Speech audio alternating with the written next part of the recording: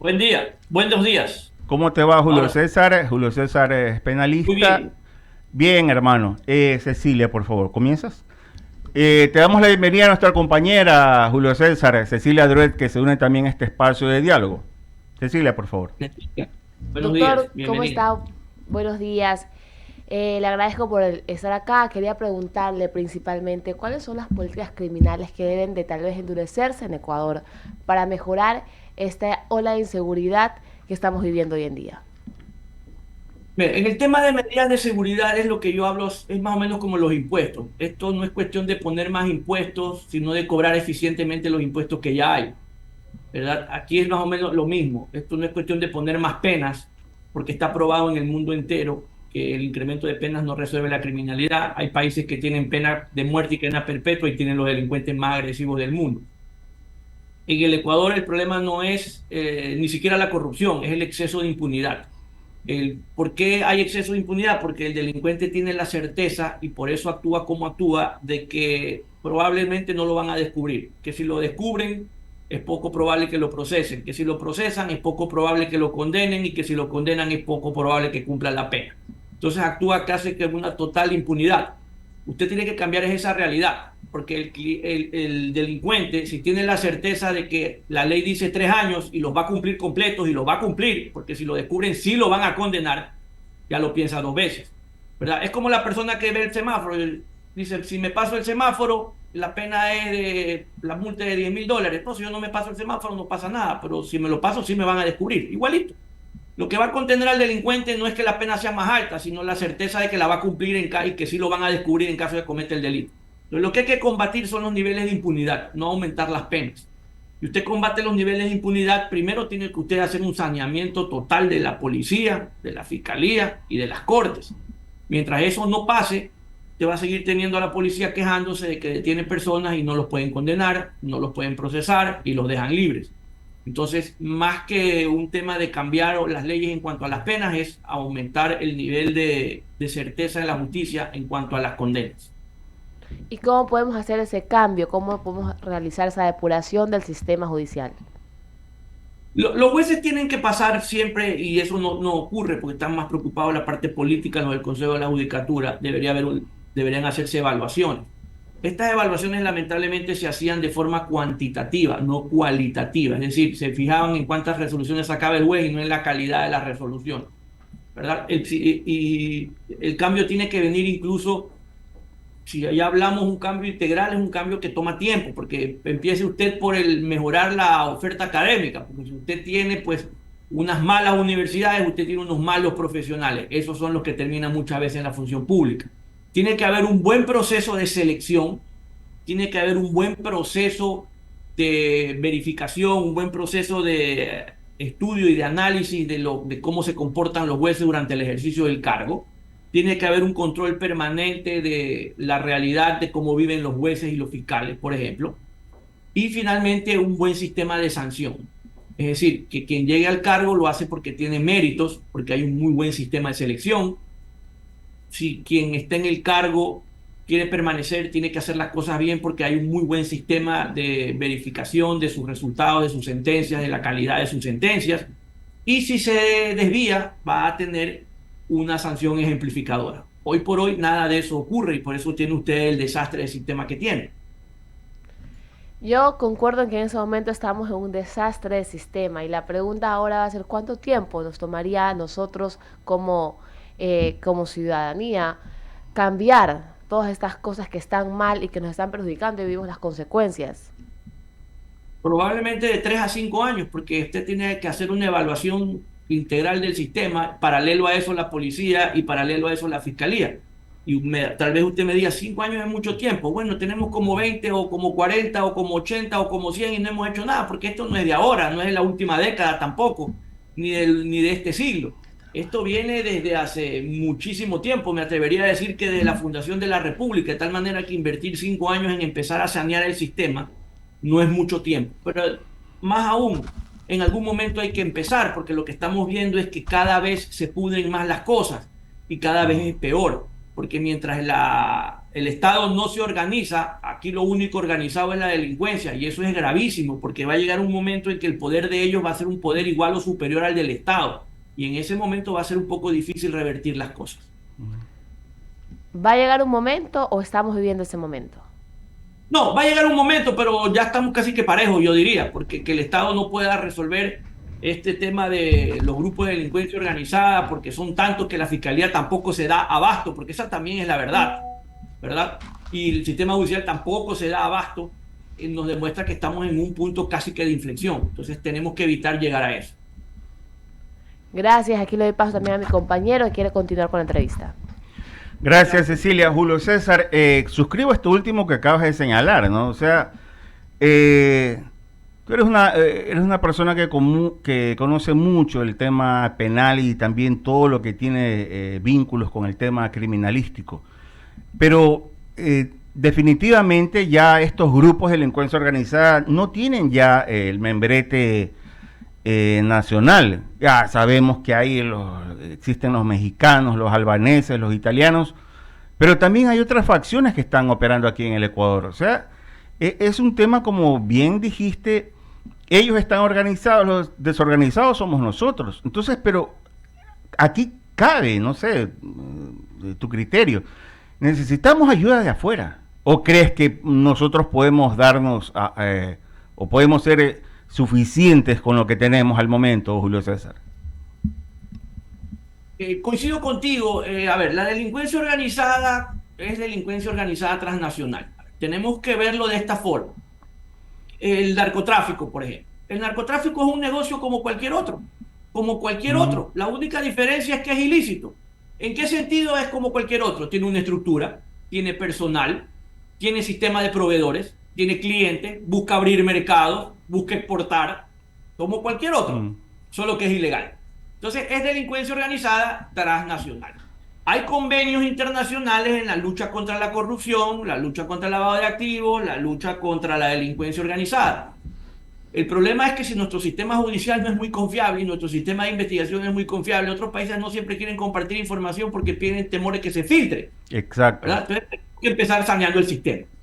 Ahora, yo sí he dicho muchas veces, y puede que suene impopular, pero a ver, ¿qué problema tenemos nosotros? El tráfico de drogas. Pero el no tráfico de drogas necesariamente para el consumo interno. El que más problemas nos da es el de exportación. La materia que se va a exportar afecta a la salud pública ¿de quién? De los ecuatorianos, no. Es de los extranjeros que se meten ese veneno en polvo por la nariz.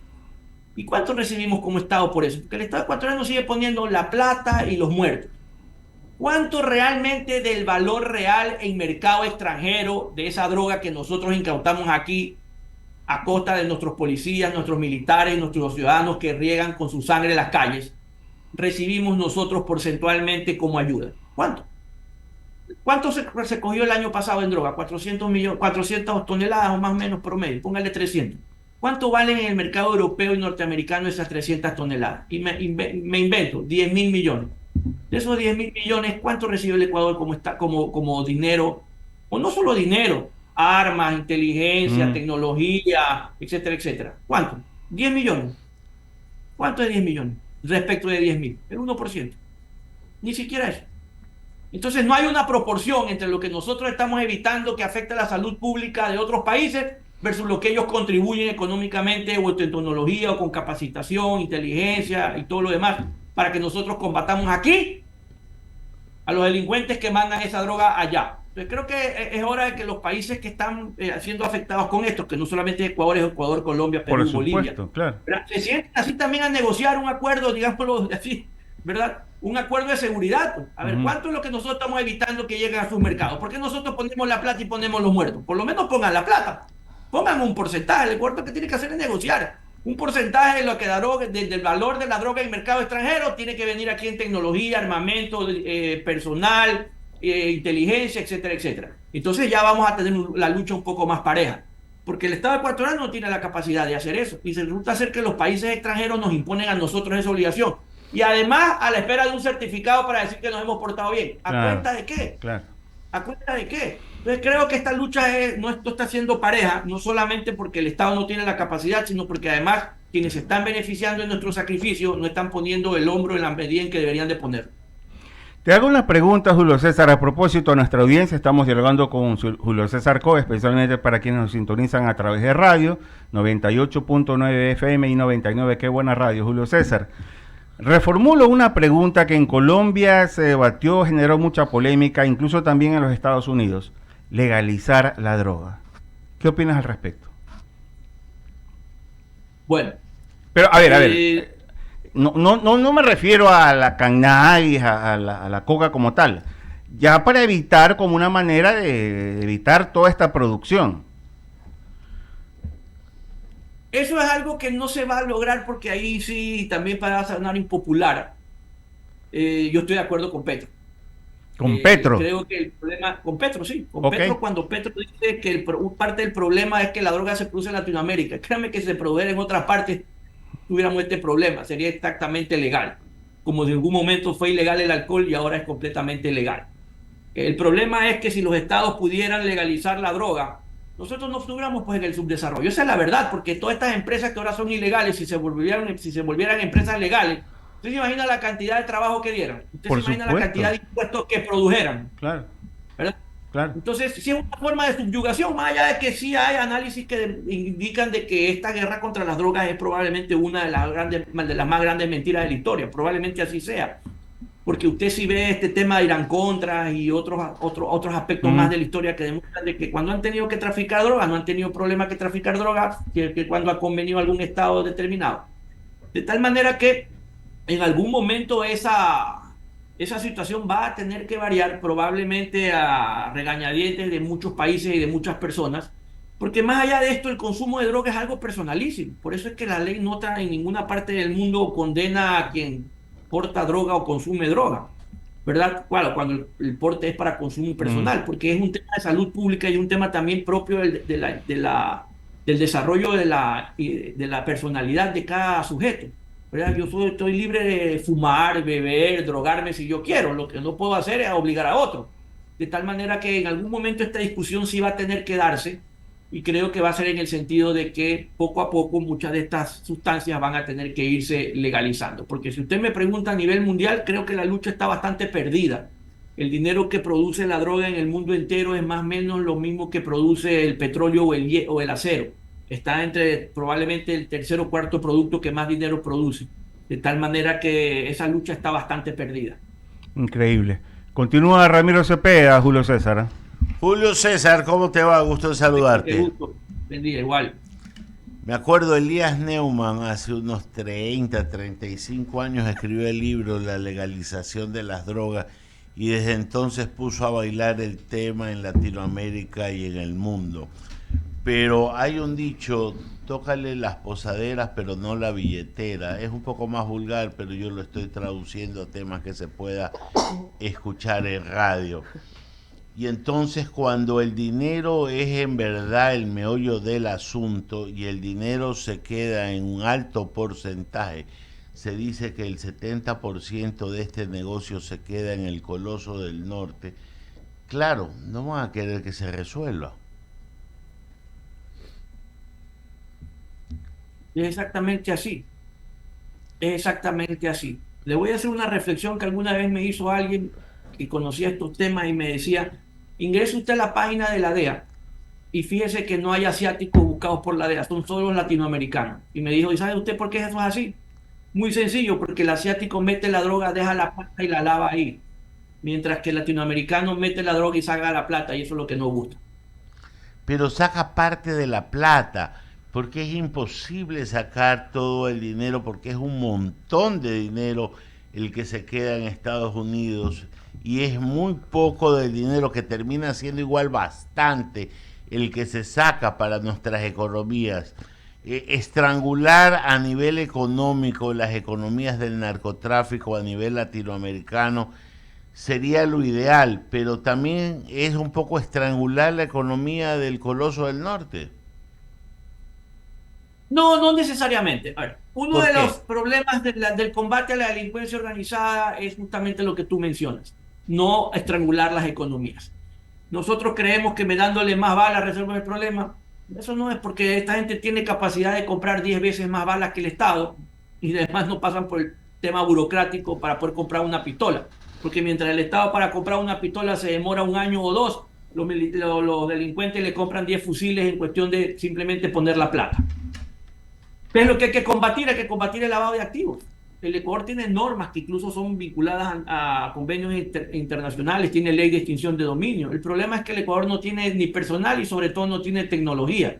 Entonces, mientras usted tiene un fiscal de lavado de activos y de extinción de dominio mandando oficios, sí, en papel, pidiendo información, en otras partes del mundo tienen software con Big Data, Machine Learning, Clustering, inteligencia artificial que le dicen en tiempo real dónde hay transacciones inusuales y usted puede dar la trazabilidad del dinero casi que en tiempo real. Y usted puede combatir así el lavado de activos y poder incluso ir a una extinción de dominio. En el Ecuador, mientras sigamos mandando oficios para saber si alguien tiene una propiedad en X cantón, no está haciendo usted el trabajo eficiente. Por eso en el Ecuador se lavan 5.000 millones de dólares al año. Esa lucha, mientras no la enfrente usted así, la va a tener perdida. La va a tener perdida. Y nadie nos va a venir a rescatar porque al final del camino el problema es nuestro. 5.000 millones me parece una cantidad todavía pequeña, Julio César, para todo el movimiento de dinero. Cuando usted ve las cantidades de droga que dice que incautan, que retienen, las valorizan a precios de mercado internacional, termina siendo un montón de dinero que no se compadece con la cifra que usted ha dicho. Lo que pasa es que nosotros no somos propiamente dicho productores ni somos consumidor final.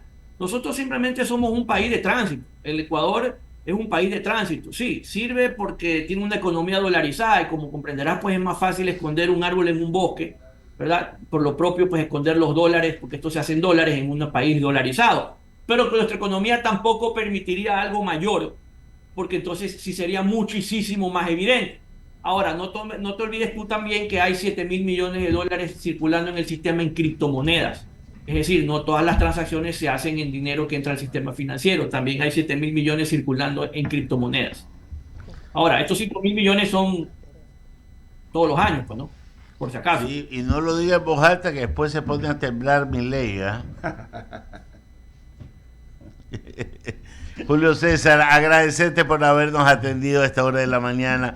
Siempre agradable conversar contigo. Estos temas son un poco escabrosos, que nos hace poner la piel de gallina y desnudan la naturaleza muchas veces de la economía, de la estructura judicial y de la fundamentos o de la falta de fundamentos que tiene nuestra función judicial para administrar lo que tú y yo aprendimos en las aulas universitarias, que nos decía Ulpiano, dar a cada cual lo que en derecho nos corresponde. Antes que se vaya Julio César, comentar que en estos momentos el presidente de la República sostiene una entrevista y en eso precisamente toca este tema, Julio César. Y en un fragmento de ella señala, abro comillas, estamos luchando con grupos que mueven más de 30.000 millones de dólares entre drogas, armas, minería ilegal al año. Pero estos 30.000 millones es a nivel de Ecuador, no creo que sea a nivel mundial. A nivel mundial es mucho más, Julio César. No, pues es que esos 30.000 millones es lo que eso cuesta en el extranjero, esa plata sale porque el oro no se queda aquí, por ejemplo, se va. Yo me refiero a 5.000 millones es lo que se queda como ganancia del trabajo que hacen nuestros locales aquí, de custodiar droga, de transportar droga, de almacenar droga, de embarcar droga, de contaminar contenedores. Esos son los 5.000 millones. Ya los 30.000 es lo que valen los productos que se van fuera probablemente. Ok. ¿Verdad? Pero lo que se queda aquí son los 5.000 millones. En otras palabras, la utilidad. Ya. La utilidad son los 5.000 millones. Correcto. Los 30.000 vale eso afuera. Y el presidente en eso con toda seguridad tiene razón, porque estoy seguro que tiene mejor y más información que nosotros. Y ahí te das cuenta que los 5.000 millones no es tan despreciable, ¿no? No, es pues una para cantidad nada, bastante por Dios. importante. El problema es que el sistema no está combatiendo esto apropiadamente. Correcto, ahora sí. Julio César, muchas gracias. Que tengas un buen día. Buena jornada. Gracias a ustedes, el gusto siempre es mío. Que tengan un buen día también. Igualmente, un abrazo. Diego, tenemos que pagar un corte comercial cuando son